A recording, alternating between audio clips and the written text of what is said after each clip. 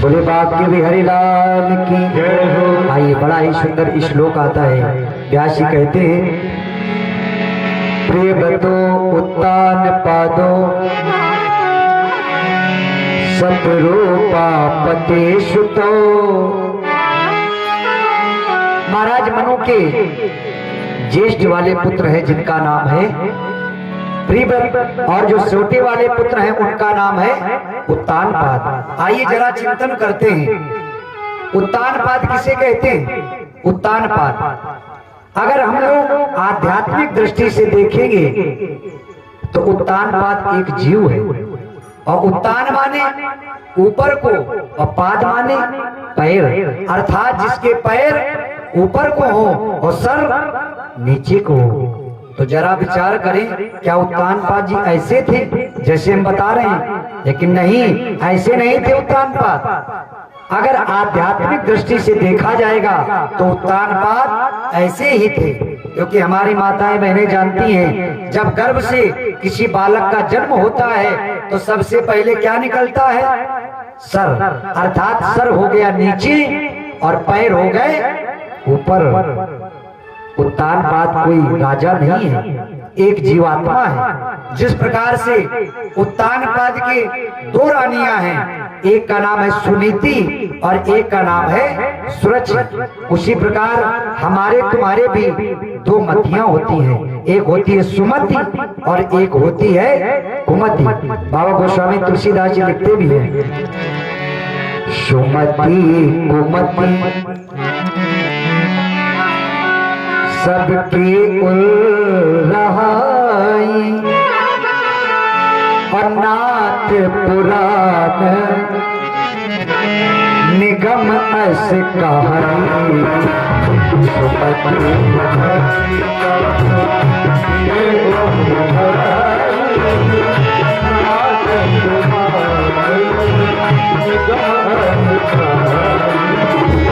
सुमति कुमति सब के दुर्गाई, सुमति कुमति सब के दुर्गाई, नाथ पुराण निगम अस कहाई, नाथ पुराण निगम अस कहाई। जय श्री राम जय जय श्री राम, जय श्री राम जय जय श्री राम।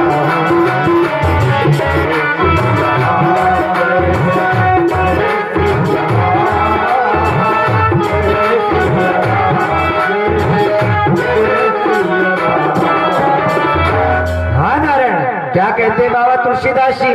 बोले सुमति कुमति, दो मतियां है ना, किसी के पास में सुमति होती है और किसी के पास में कुमति होती है। सुमति कुमति सबके उर रहाई, और नाथ पुराण निगम अस कहई। प्यारे श्रोताओ, जिस प्रकार राजा उत्तानपाद की दो रानियां हैं, उसी प्रकार हमारे पास भी दो मतियां होती हैं। समय बीतता गया, राजा उत्तानपाद, पहली वाली नारी का नाम है इनकी सुनीति। क्या नाम है? सुनीति। सु माने सुंदर और नीति माने विचार, अर्थात जिनके बड़े सुंदर विचार हैं उनका नाम है सुनीति। समय बीतता गया, इनके कोई संतान नहीं थी, कोई बालक नहीं था। एक दिन के बाद राजा उत्तानपाद सिंहासन पर बैठे हैं और अपना चेहरा उदास करके सोच रहे हैं, मेरे जीवन में ऐसा कोई प्रसून न खिल सका जिसके लिए मैं ललक पलक बिछाए बैठा रहा करता था। दुखी हैं, अब तो वही हालत आ गई। कैसी हालत? वही रामायण वाली हालत। एक समय के बाद एक बार द्रौपदी मन माही, भई गलानी मोरे सुत नाई। राजा उत्तानपाद बाद सिंहासन पर बैठे हैं वो विचार कहते हैं, मैंने सुना है शास्त्रों में जिस किसी व्यक्ति के जीवन में पुत्र नहीं होता है उसका जीवन नरक में जाता है, और मैं कैसा अभागा पिता हूँ, मेरे जीवन में कोई संतान नहीं है। बेचारे रो रहे थे, तब तक ना जाने कहां से भ्रमण करती हुई हमारी नारी सुनीति आ गई। उसने देखा अपने पति भगवान को दुखी तो चरणों में प्रणाम कर गई, अपने पति के भावों को समझ लिया, क्योंकि ये पतिव्रता है। पतिव्रता कौन होती है? शास्त्रों में आया है, पति मिंगित कोविदा यस्या सा पतिव्रता, अर्थात जो अपने पति के स्वभाव को जान ले वही तो असली पतिव्रता है। अर्थात अगर पति को प्यास लगी है और पति को ये कहना ना पड़े प्रिय पानी लाओ और गिलास हाजिर हो जाए, ऐसी होती है पतिव्रता है। आप लोग कहेंगे महाराज ऐसी कोई पतिव्रता हुई है जो पति ने कोई अपनी इच्छा की नहीं और पत्नी ने वो पहले कार्य कर दिया? हाँ प्यारे श्रोताओं, हमारे भारत में ऐसी भी नारियां हुई हैं जिन्होंने अपने पति के स्वभाव को जान लिया था। ज्यादा दूर की बात नहीं है, रामायण की बात है। जब भगवान श्री राम को केवट में गंगा पार उतार दिया तो राम जी रेती में खड़े हैं और विचार करते हैं इसने हमें गंगा से पार उतारा है, इसकी उतराई के लिए कुछ न कुछ दिया जाना चाहिए। विचार कर रहे थे, लेकिन रामायण में कहीं नहीं लिखा है कि राम जी ने सीता जी से कहा हो कि तुम अपनी अंगूठी उतार करके हमें दे दो। अपने पति के भावों को जान गई मैया सीता जी, और क्या कहती हैं, पियहि की सिय जानन हारी मन मुंदरी मन मुदित उतारी, पियहि की सिय जानन हारी मन मुंदरी मन मुदित उतारी। मैया सीता ने अपने पति को भावों को जान लिया और अपनी अंगूठी उतार करके दे दी और कहते स्वामी आप केवट को ये उतराई के स्वरूप ये अंगूठी दे दो। ये होती है इसलिए पतिव्रता, अपने पति के भावों को जान लेती है।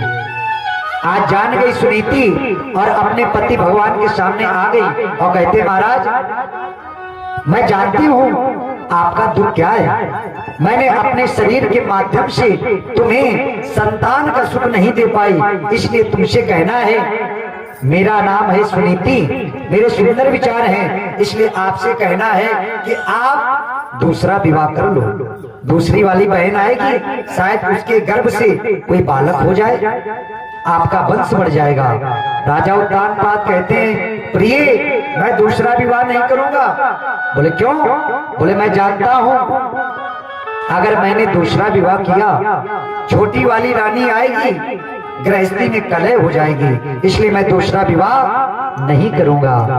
लेकिन परीक्षित जी महाराज हमारे हिंदुस्तान भारतवर्ष की नारी ने अपने पति के आगे अपना आंचल फैला दिया और कहती स्वामी अगर आप हमारी सेवा से प्रसन्न हैं, हमें कुछ देना चाहते हैं, तो आपसे कहना है कि आप दूसरा विवाह कर लो। राजा उत्तानपाद को स्वीकृति देनी पड़ी। ठीक है प्रिय मैं दूसरा विवाह कर लूंगा। समय आने पर एक छोटी वाली रानी सुरुचि नाम की कन्या के साथ में इनका विवाह हो गया। क्या नाम है? सुरुचि। सु माने सुंदर और रुचि माने पसंद। जहाँ सुंदर पसंद हो वो है सुरुचि। प्यारे श्रोताओं आज विवाह का समय आया, विदाई का समय आया और जैसे विदा करा करके राजा उत्तानपाद अपने महलों की ओर आ रहे थे, जैसे बारात महलों में आई तो बड़ी वाली रानी बड़ी प्रसन्न है, सुनीति प्रसन्न है और विचार करती है मेरा जीवन देखो, मैंने अपने पति को एक बार नहीं 2 बार दूल्हे स्वरूप में देखूंगी। और सुनो चिंता मत करो, मैं अभी जाऊंगी और अपने पति भगवान की आरती करूंगी, बलैया लूंगी, बलिहारी जाऊंगी। विचार कर रही है। और तब तक छोटी वाली रानी जैसे दरवाजे पर आई, इसने सुना कि राजा उत्तानपाद का एक विवाह हो गया है, तो इसने एक दासी को बुलाया, इधर आओ, महलों में चले जाओ और महलों में जाकर के राजा उत्तानपाद को हमारे सामने प्रस्तुत करो। राजा उत्तानपाद आ गए। रानी सुरुचि ने कहा, महाराज हमने सुना है आपने पहले विवाह कर लिया है।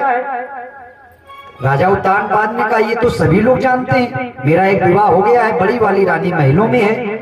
तो सूरज क्या कहते हैं, महाराज सुनिए, अगर आपने पहले विवाह कर लिया है तो मेरा अंतिम निर्णय है। क्या कहते हैं, कारों से, कारों ये डोला जमीन पे मत रखना। क्या कहती है सूरज, अरे डोला से पीछे कदम, अरे रखूंगी भरता, अरे रखूंगी भरता, अरे पहले मेरी सवत को घर से देव निकाल, घर से देव निकाल।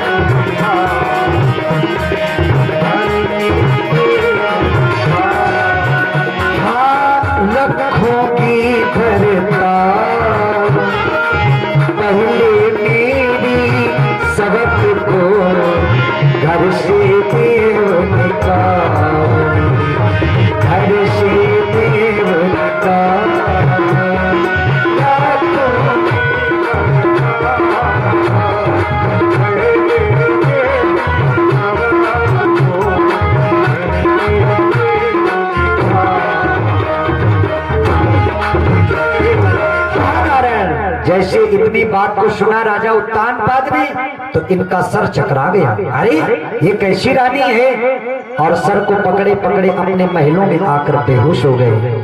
हाय हाय की शब्द सारे महल में गूंज गई। ये मंगल का समय अमंगल आ गया। बड़ी रानी ने कहा, स्वामी क्या हो गया है? राजा उत्तानपाद कहते हैं, प्रिय जिस बात के लिए मैं डर रहा था वही समस्या आज सामने आ गई है। छोटी वाली रानी कहती है, बड़ी वाली रानी को महलों से निकाल दो। अरे प्रिय बोलो बोलो, मैं तुमसे कैसे कह दूं कि तुम मेरा महल छोड़ करके चली जाओ, क्योंकि तुम्हारी जैसी रानी बड़े भाग्य से मिलती है। बड़ी जोर से हंसी सुनीति और कहती, महाराज भगवान ने बड़ा अच्छा किया, बहुत अच्छा किया। बोले क्यों? बोले अभी तक मैं गृहस्थी में पड़ी रही, गृहस्थी के कार्यों में व्यस्त रही, उसी में लगी रही, लेकिन आज भगवान ने मुझे बंधन से अलग कर दिया है। अब मैं जंगल में जाऊंगी और जंगल में जाकर के भगवान की करूंगी साधना, भगवान का कीर्तन करूंगी, भगवान का स्मरण करूंगी। सुनीति क्या कह रही है? भगवान जो भी करता है अच्छा करता है। हाँ सही बात है परीक्षित, ईश्वर जो भी करता है वो अच्छा ही करता है। थोड़ी देर देखने में ये लग सकता है कि इनके साथ में ये गलत हुआ है, लेकिन वो जो भी करता है अच्छा करता है। आइए ऐसे बात नहीं समझ में आएगी। एक उदाहरण आ गया। एक राजा सिंहासन पे बैठा था और सिंहासन पर बैठ करके कलम बना रहा था, कलम पेंसिल कलम बना रहा था और चाकू से कलम बना रहा था। तब तक क्या हुआ, एक बार चाकू कुछ ज्यादा गड़ गई और जैसे बनाया तो कलम बन गई, उस साथ में थोड़ी उंगली कट गई। और जब उंगली कट गई तो राजा ने अपने मंत्री को बुलाया और कहता है, मंत्री देखो हमारी उंगली कट गई है और इसमें कुछ कपड़ा बांधने के लिए ले आओ। तो मंत्री बड़ी जोर से हंसा और कहता है, महाराज बड़ा अच्छा हुआ जो तुम्हारी उंगली कट गई, बड़ा अच्छा हुआ। तो राजा को बड़ी जोर से गुस्सा आया, देखो कितना बड़ा मूर्ख है, कह रहा है तुम्हारी उंगली कट गई, भगवान ने बड़ा अच्छा किया। राजा ने कहा, हे मंत्री चलो निकल जाओ हमारे दरबार से, तुम्हारे ऐसे मंत्री के हमारे दरबार में कोई जगह नहीं, निकलो चलो भागो यहाँ से। मंत्री ने कहा महाराज भगवान ने ये और अच्छा किया कि तुमने हमें अपने दरबार से बाहर कर दिया। राजा ने विचार किया हमें लगता है मूर्ख हो गया, पागल हो गया, चलो जाने दो, कोई बात नहीं। समय बीतता गया और एक दिन की बात, राजा ने घोड़े की सवारी की और जंगल में शिकार खेलने के लिए चले गए। और जैसे जंगल में शिकार खेलने के लिए गए तो जंगल में एक राजा ने मनौती मानी थी दुर्गा जी के सामने कि अगर हमारे कोई पुत्र हो जाएगा तो हम एक पुरुष की बलि देंगे। और भगवान मैया जी की कृपा से उसके यहाँ हो गया एक लड़का। तो राजा ने मंत्रियों को भेजा और कहा सुनो जंगल में चले जाओ और जंगल में देख करके कोई पुरुष पकड़ लाओ जा करके। तो मंत्री आए दौड़ते हुए और तो कोई मिला नहीं, यही महाराज मिल गए, जंगल में शिकार के लिए गए थे। मंत्रियों ने पकड़ लिया और ले गए और इनको नहलाया गया, धुलाया गया। और जैसे बलि की समय आया तो पंडितों ने कहा, पुजारियों ने कि महाराज जरा इनका चेक कर लो, देख लो कहीं से कटे फके तो नहीं है, क्योंकि दागी फल पूजा में काम नहीं आता है, आज भी नियम है। तो सारा शरीर चेक किया गया तो सारा शरीर तो अच्छा है, लेकिन वो उंगली कटी थी, उंगली कटी थी। इसलिए पंडित जी ने कहा ये तो बेकार है, इनको हटाओ, छोड़ दो इनको। और जैसे छोड़ा गया राजा को आज याद आया, अरे मेरे मंत्री ने कहा था जब ये उंगली कटी थी कि भगवान ने बड़ा अच्छा किया कि तुम्हारी उंगली कट गई। हमारा मंत्री बहुत विद्वान था, ऐसा वैसा नहीं था। आए राजा अपने राज्य में और कहते हैं सुनो मैं राज्य तभी करूंगा, राज्य का उपभोग तब करूंगा जब पहले वाले मंत्री को बुलाया जाए। अब लाया गया भाई ढूंढ ढाड़ के कहीं से, और जैसे आया उसने प्रणाम किया, बताओ महाराज किस लिए बुलाया गया है? तो राजा ने कहा सुनो बेटा तुम्हारी वजह से आज मेरे प्राण बच गए। बोले कैसे? बोले जब मेरी उंगली कटी थी तब तुमने कहा था कि भगवान ने अच्छा किया कि तुम्हारी उंगली कट गई, और आज अगर उंगली ना कटी होती तो सीधे बलि का नंबर आ गया था, प्राण निकल गए होते अब तक। तो मंत्री ने कहा महाराज जब तुमने हमें दरबार से निकाला था तब हमने भी कुछ कहा था। क्या कहा था?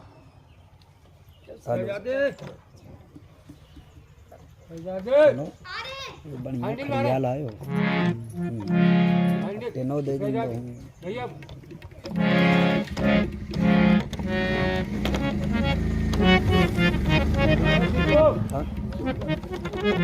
हाथ बुलाने का फल नहीं का।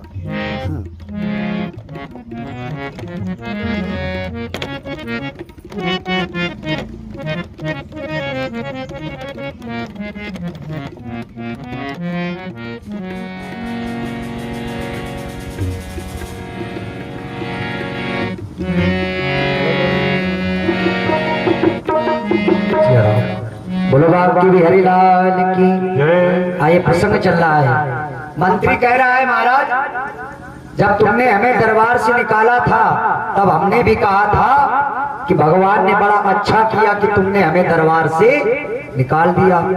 बोले इसका मतलब जान पाए? बोले ना। बोले इसका मतलब ये है कि तुम थे राजा, तुम शिकार खेलने के लिए गए थे, हम थे मंत्री, हम भी तुम्हारे साथ में जाते।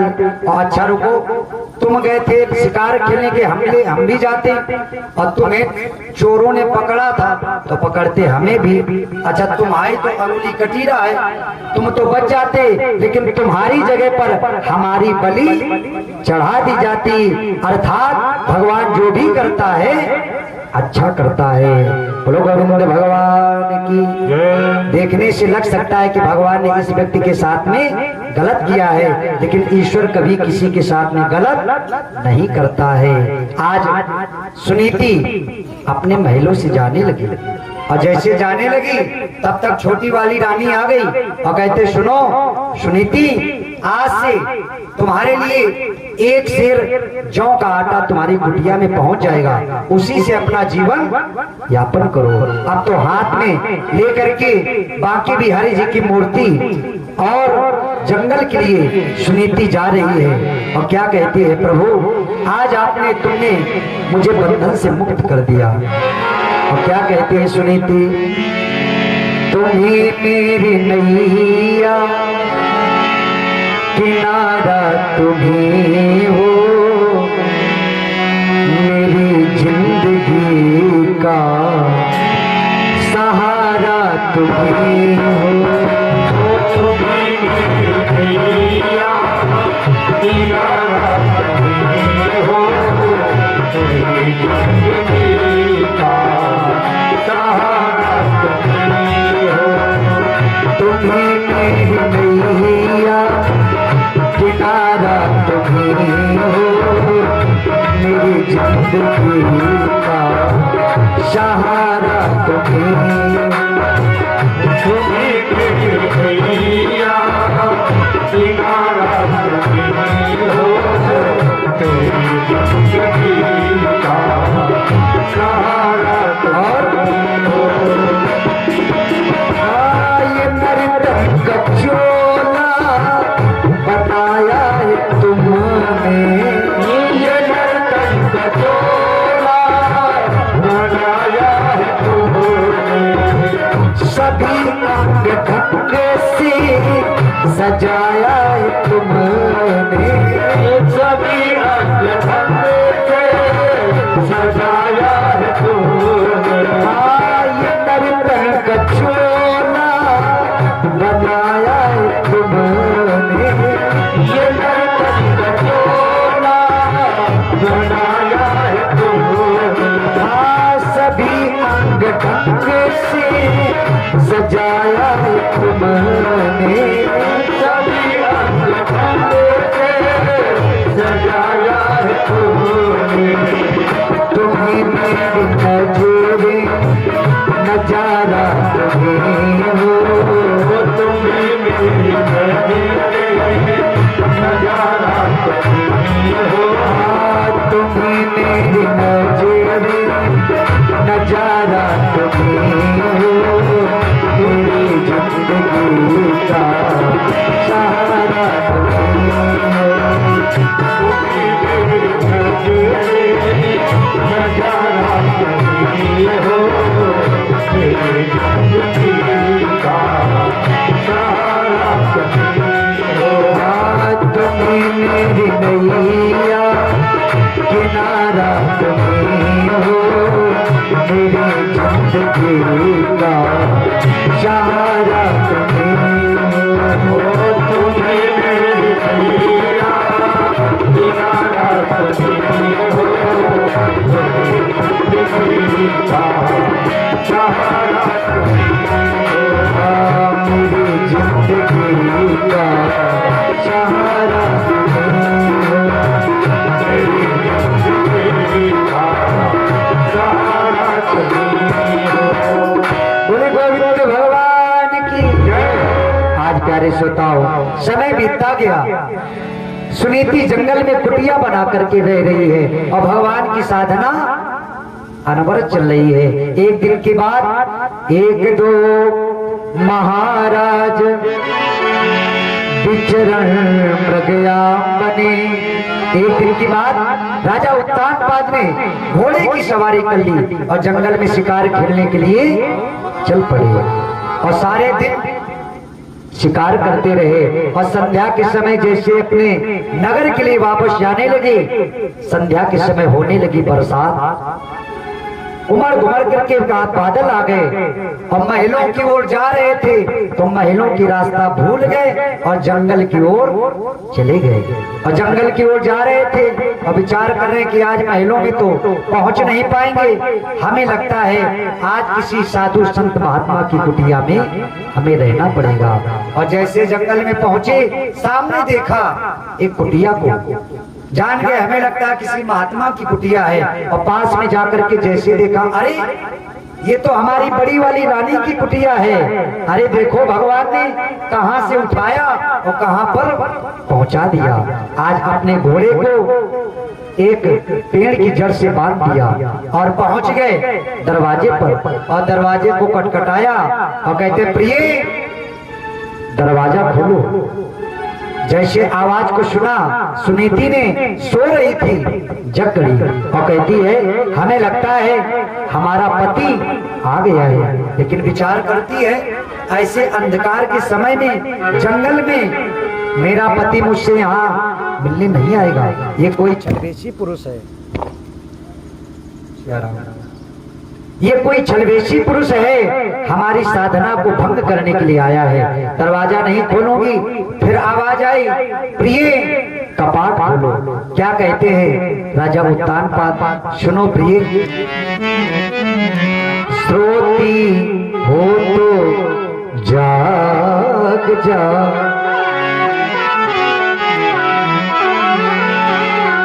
जाग रही हो बोल,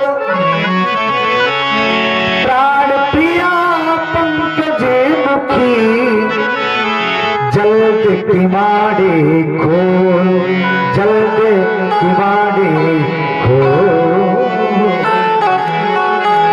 जान गई सुनीति, ये तो हमारे पति की आवाज है। तुरंत गई दौड़ करके और जैसे कपाट खोला और जैसे अपने सामने अपने पति भगवान को देखा तो चरणों में गिर गई, प्रणाम करती और कहता है धन्य है मेरा जीवन स्वामी, आपके आने से मेरा प्रसून खुल गया है।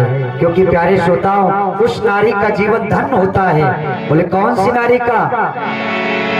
बोले जिए बिनु देह नदी बिनु बारी, तैसे नाथ पुरुष बिनु नारी।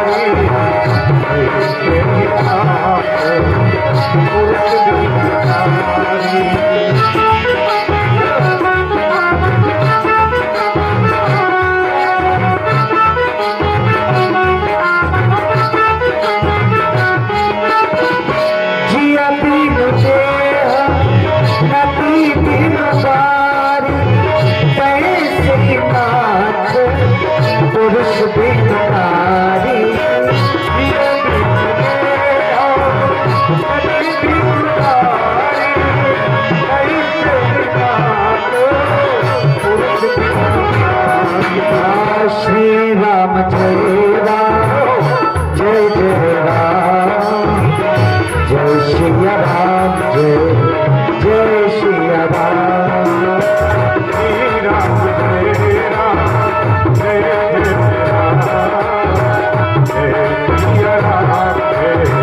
जय जय राम। जैसे अपने पति भगवान को सामने देखा, चरणों में गिर गई और ले आई कुटिया के अंदर। सारा शरीर भीग गया था, वस्त्र भीग गए थे, सारे वस्त्रों को उतार कर रख दिया और जलाई आग, अपने पति को आग तपाया। आज राजा उत्तानपाद कहते प्रिय, अगर कुटिया में कुछ भोजन के लिए रखा हो तो हमारे सामने ले आओ। आज प्यारे श्रोताओं, हमारे हिंदुस्तान भारतवर्ष की नारी सुनीति रोने लगी और कहती स्वामी, हमें ऐसा क्या मिलता है जो आपके पास में ले आओ। समय ऐसा आ गया है, एक सेर अन्न का आटा मिलता है, जिससे मैंने 4 रोटियां बनाई थी। 2 रोटियां तो मैंने खा ली हैं, लेकिन 2 रोटियां अभी रखी हैं। सब्जी नहीं है, दाल कुछ नहीं है, नमक है। राजा उत्तानपाद ने कहा प्रिय ले आओ, वही ले आओ। आज लाया गया 56 प्रकार के भोगों का भोग लगाने वाला हमारा हिंदुस्तान भारतवर्ष के नृपाल उत्तानपाद उन सूखी रोटियों को खा रहे हैं और कहते धन्य है सुनीति, तुम्हारे हाथों से बना हुआ भोजन बड़ा ही स्वादिष्ट होता है। आज सेवा पूजा की और पत्नी का परम धर्म है अपने पति की सेवा करना, और जैसे सेवा की समय आने पर भगवान की कृपा से गर्भवती हो गई। अब इधर सुबह होने वाला है। राजा ने विचार किया रानी महलों में होगी, छोटी वाली रानी बहुत बड़बड़ाएगी। इधर सुबह होने वाला है, उधर महलों में निवास करने वाली रानी विचार करी अच्छा शिकार का बहाना बना करके बड़ी वाली रानी से मिलने गए, आने दो आज। और जैसे महाराज उत्तानपाद आए अपने महलों में और जैसे दरवाजा खटखटाया सूरज ने कहा, ए दासी जाओ, राजा आ गया है, दरवाजा खोलो। और जैसे दरवाजा खोला गया, उत्तानपाद प्रवेश करने लगे महलों में। सूरज ने हाथ लगा लिया, बोले रुको महाराज, ये बताओ कि आज की रात तुमने कहाँ व्यतीत की, कहाँ रहे आज की रात? तो उत्तानपाद ने तुरंत झूठ बोला, बोले सुनो प्रिय, आ तो गए थे हम शाम को, लेकिन क्या बताएं, तुमने बढ़िया खाया भोजन, और भोजन करने के बाद में ऊपर लेटने के लिए चली गई, और हम सारी रात कुन्नी खटखटाते रहे, और जब कोई नहीं जगा तो यही देहरी पे सो गए। आप सुबह जब दरवाजा खटखटाए तब खुला है। इनको विश्वास नहीं हुआ, हमें लगता है बड़ी वाली रानी से मिलने के लिए गए थे, झूठ बोल रहे हो। तो तुरंत उत्तानपाद ने इनके खोपड़ी पे हाथ रख दिया, तुम्हारी कसम खा के कह रहे हैं प्रिय, हम बड़ी वाली रानी के पास में नहीं गए थे। होता है जो हमारे भाई लोग माताएं बहनों से परेशान होते हैं, वो कसम खाने में पीछे नहीं आते ना, तुरंत हाथ रख देंगे, तुम्हारी जान कसम हम कहीं नहीं गए थे, यहीं थे। होते हैं, झूठ बोल जाते हैं हमारे भाई लोग भी। तो प्यारे श्रोताओ, समय बीतता गया। एक दिन की बात, कुटिया में निवास करने वाले सुनीति के गर्भ से एक पुत्र की प्राप्ति हुई। ब्राह्मणों ने इनका नाम रखा ध्रुव। ध्रुव माने अटल, सत्य, जो न टलने वाला हो। ब्राह्मणों ने इनका नाम रखा और समय बीतता गया। जैसे कुटिया में बालक का जन्म हुआ तो छोटी वाली रानी ने कहा, महाराज बताओ, उसकी रात अगर तुम कुटिया नहीं गए थे तो बालक कहां से आ गया? कुटिया में गए थे तभी तो यह बालक आया है। राजा उत्तानपाद ने कहा, प्रिय ऐसी भावना मन में न लाओ, अपने विचार अच्छे रखो, तुम भी भगवान से मनाओ कि हमारे भी कोई बालक हो जाए। समय बीता। कुछ समय बाद में महलों में निवास करने वाली उस सूरज के गर्भ से भी एक बालक प्रकट हुआ। ब्राह्मणों ने उनका नाम रखा उत्तम। उत्तम क्या होता है? शास्त्रों ने विचार किया गया, उकारा समीपस्थ तम अंधकारा उच्चते, अर्थात जो ज्ञान के अंधकार के आवरण में अपने ज्ञान को छुपा रखा है वही तो उत्तम है। प्यारे श्रोताओ, एक ही पिता की दो संतानें हैं, एक है कुटिया में और एक है महलों में। इसी का नाम है किस्मत। एक ही बाप के दो बेटे हैं, लेकिन किस्मत में कितना अंतर है। कहा है हमारे किसी कवि ने, समय की बात है, दो फूल सात फूले, किस्मत जुदा जुदा है, एक का बना है गजरा, एक कब्र पर चढ़ा है। दो फूल सात फूले, किस्मत जुदा जुदा है, और एक का बना है गजरा, एक कब्र पर चढ़ा है। और पहली बात में किस्मत की बात आई, एक पेड़ की दो डाली काटी गई है संग संग। एक पेड़ की दो डाली साथ साथ काटी जाती है, लेकिन किस्मत देखो कैसी बदलती है। एक पेड़ की दो डाली काटी गई है संग संग, एक जल रही चिता में, एक जल रही चिता में, एक का मकान बना है। दो फूल सात फूले, किस्मत जुदा जुदा है, एक का बना है गजरा, एक कब्र पर चढ़ा है।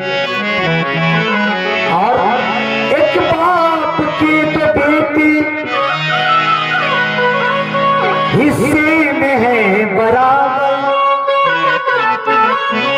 एक बाप के दो बेटे हिस्से में है बराबर। और एक बादशाह बना है, और एक बादशाह बना है, और एक भीख मांगता है, और एक बादशाह बना है, एक भीख मांगता है। दो फूल साथ फूले, किस्मत जुदा जुदा है, एक का बना है गजरा, एक कब्र पर चढ़ा है। ये तो भैया किस्मत की बात है। एक पिता के विपुल कुमारा, पृथक होए गुणशील अचारा। एक बाप की दो संतानें होती हैं, लेकिन आचरण अलग अलग होता है। आपने पहले दिन कथा में सुना था, आत्मदेव महाराज की दो संतानें हुई, एक का नाम गोकर्ण और एक का नाम धुंधकारी। गोकर्णा पंडितों ज्ञानी और धुंधकारी महाखला। गोकर्ण तो बड़े ज्ञानी धानी हुए, लेकिन धुंधकारी महान दुष्ट हो गया। प्यारे श्रोताओ, समय बीतता गया। एक दिन की बात है, राजा उत्तानपाद अपनी छोटी वाली रानी सूरज के बालक को अपनी दाहिनी गोद में बैठाल करके स्नेह कर रहे थे। तब तक ना जाने कहां से भ्रमण करता हुआ, वो खेलता कूदता हुआ बड़ी वाली रानी सुनीति का बेटा ध्रुव आ गया।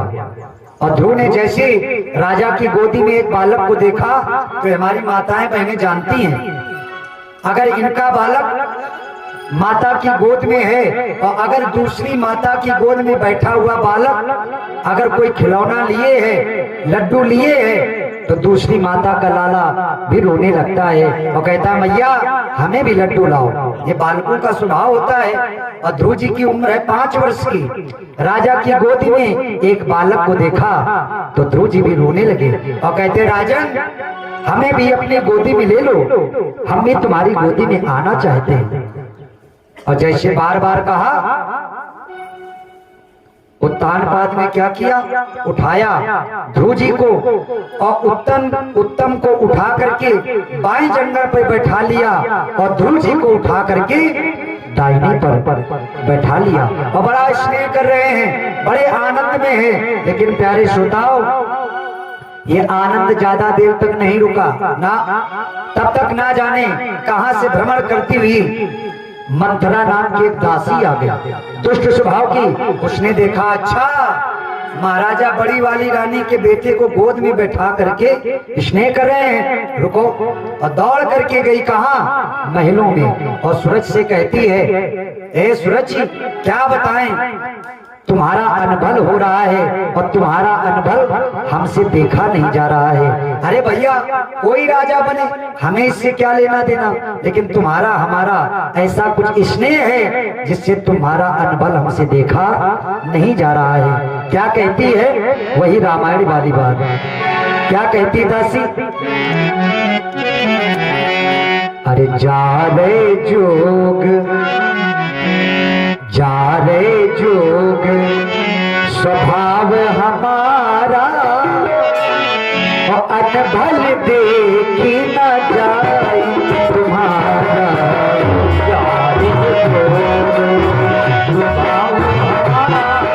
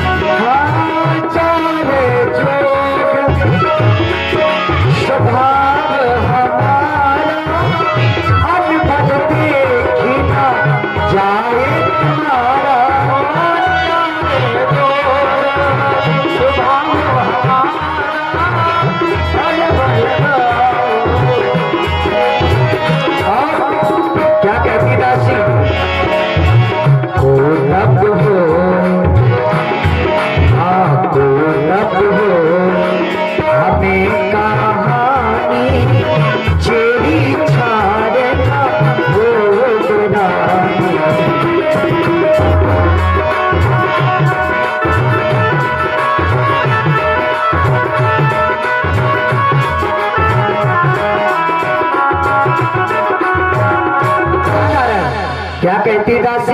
बोले जा रे जोग स्वभाव हमारा। बोले जो हमारा स्वभाव है वो फूके योग है, जा रे जोग ये जलाने योग है। बोले क्यों? बोले अन्न भल देखी न जाए तुम्हारा, तुम्हारा अनबल हो रहा है, हमसे नहीं देखा जा रहा। और भैया कोई राजा बने को नप होए हमें कहानी, हमें दासी की दासी रहना है, कोई राजा बन जाए। ये होता है माताओं बहनों का स्वभाव, अपनी पूरी बात कह देगी और इसके बाद में कह देगी हमें क्या मतलब, कोई जाने और तुम जानो, लेकिन तुम्हारा हमारा पेट में पेट मिला है इसलिए हमने तुम्हारी बात तुमको बता दी। ये स्वभाव माताएं बहनों का ज्यादा होता है, इधर उधर कहना। एक जैसे यह बात याद आ गई, एक खेत में एक बच्चा गन्ना तोड़ रहा था और रोड के किनारे खेत था और वहां से दादी जी जा रही थी 70 साल की। लड़के ने देखा कि दादी ने देख लिया है गन्ना तोड़ते हुए, तो ये किसान के यहाँ जाकर के कहेंगे जाकर के, तो बेचारा बाहर निकला और उसने दाई के पैर छुए, दादी हमने एक ही गन्ना तोड़ा है और तुमसे कहना कि उनके घर में जाके बताना नहीं। दादी ने कहा हमें क्या मतलब, खेत उनका गन्ना तुम तोड़ रहे हो, तुम जानो वो जाने, हमें कोई मतलब नहीं। बोले ठीक। अब लड़का बेचारा निडर हो गया, उसने सोचा अब दाई बताएंगे नहीं जाकर के। और दादी क्या करती, सीधे घर नहीं गई ना, उसी खेत वाले मालिक के घर में पहुंची और क्या कहती, सुनो भैया फलाने उनका लड़का तुम्हारी खेत में गन्ना तोड़ रहा था, हमने देख लिया, अब वो हमारे पैर में आकर के गिर गया और कहता है उनके यहाँ जाकर के कहना नहीं। अच्छा यो बताओ क्या जरूरत है जो तुम का बताओ, क्या जरूरी है? और बात पूरी बता दी और बोले तुम जानो और वही जाने। तो ये माताएं बहनों का स्वभाव होता है, इधर से उधर ज्यादा करती है। प्यारे श्रोताओ, इसी प्रकार जैसे उसने कहा, सुनिए रानी, आज बड़ी वाली रानी सुनीति के बेटे ध्रुव को राजा दाहिनी जंघा पे बैठाए हैं। तो रानी ने कहा इसमें क्या जा रहा है, कोई बात नहीं। बोले यही तो हम कह रहे हैं, इसमें जा क्या रहा है? लेकिन जा ये रहा है आगे चल करके राज्य सिंहासन का उत्तराधिकारी कोई बनेगा तो पूजा में सबसे आगे कौन सा हाथ आता है? दाहिना तो आता है। और दाहिनी जगह पे कौन बैठा है? ध्रुव, अर्थात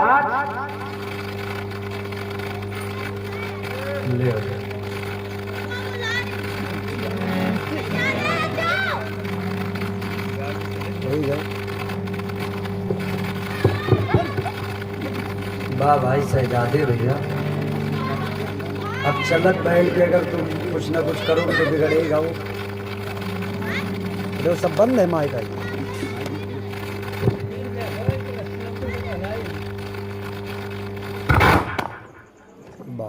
हो गया सर। बोलो गोविंद भगवान की जय। जो बच्चे हैं, बच्चे तो बहुत अच्छे हैं, बहुत सुंदर। जैसे दासी ने कहा दाहिनी जंघा पर बैठा है ध्रुव, अर्थात आगे चल करके जब राज्य सिंहासन का उत्तराधिकारी देखा जाएगा तो राजा बनाया जाएगा ध्रुव को और तुम्हारा बेटा बनेगा नौकर और रानी बनेगी सुनीति। जितने तुम पर जुल्म ढाए ना उस पर गिन गिन के बदला लेगी।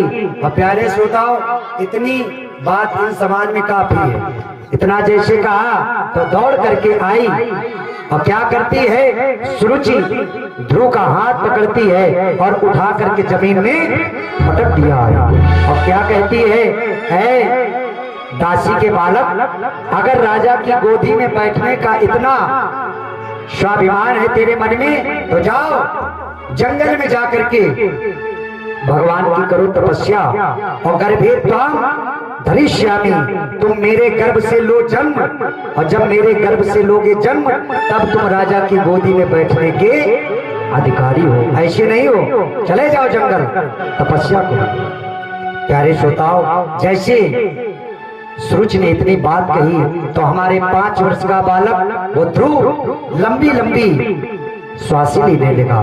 कैसे ले रहा है, जैसे कोई सर्प अगर रास्ते में लेटा है और उस सर्प के अगर फन पर तुम डंडे का प्रहार कर दो तो फन काट करके वो सर्प खड़ा हो जाता है और लंबे लंबे श्वास लेना रहता है। वही विचार करते ध्रुव, अगर मेरे पिता उत्तानपाद मेरी मौसी सूरज से अगर 2 शब्द कह देंगे तो मेरे दिल को सांत्वना मिल जाएगी। लेकिन प्यारे श्रोताओ, नारी के विवश में आकर के उत्तानपाद कुछ नहीं कह पाए, निशब्द हो गए, शांत ही बैठे रहे। अब ये चला, ध्रुव रोता हुआ जंगल की ओर जा रहा है। अपनी माता सुनीति के पास में पहुंचा और जैसे प्यारे श्रोताओं अपने बालक को रोता हुआ सुनीति ने देखा तो प्यारे श्रोताओं, जीवन की एक ही तो आशा है सुनीति की, वो बालक जैसे रोते हुए देखा दौड़ करके आ गई और कहते हैं, बालक तुम्हें किसने मारा है, किसने तुम्हें सताया है? अरे किसने मारा है, किसने मारा है मेरा दुलारा, किसने मारा है मेरा दुलारा, किसने मारा है मेरा दुलारा, किसने मारा है मेरा दुलारा, किसने मारा है, किसने मारा है, किसने मारा है मेरा दुलारा, किसने मारा है मेरा दुलारा, किसने मारा है मेरा दुलारा, किसने मारा है मेरा दुलारा।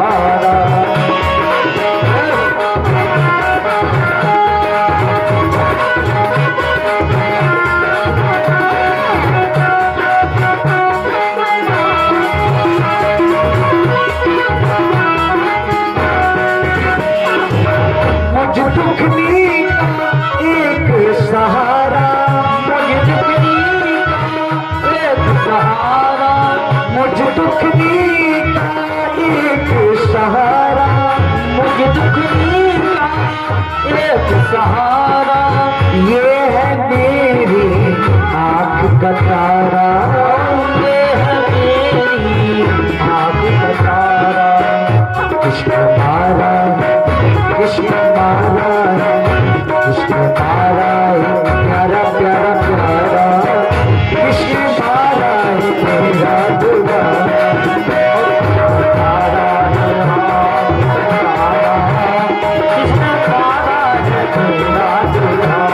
किसने मारा है मेरा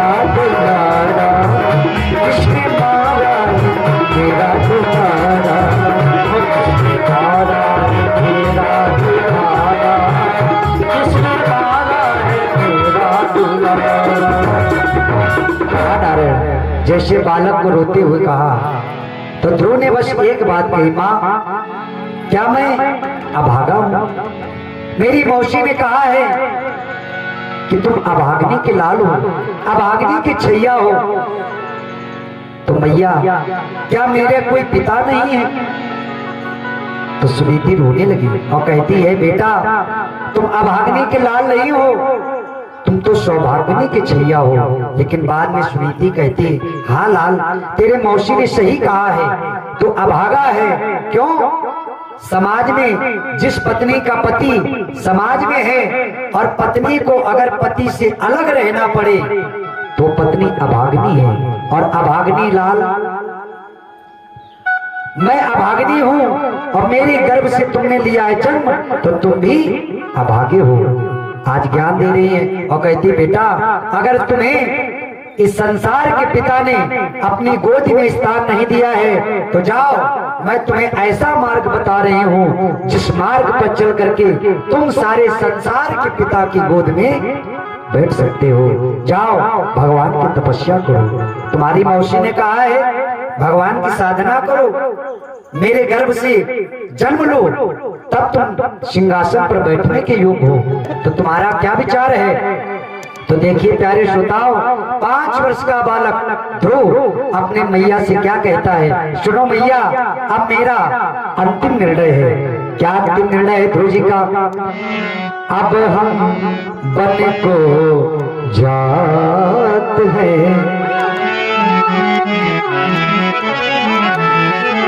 छोड़ सकल धन था, जो चाहे स्वराज ले, हमें नहीं कुछ का, हमें नहीं कुछ। अरे भैया, छोड़ी राम अयोध्या और मन भावे सो ले। अब हम जा रहे हैं और भगवान की करेंगे साथ।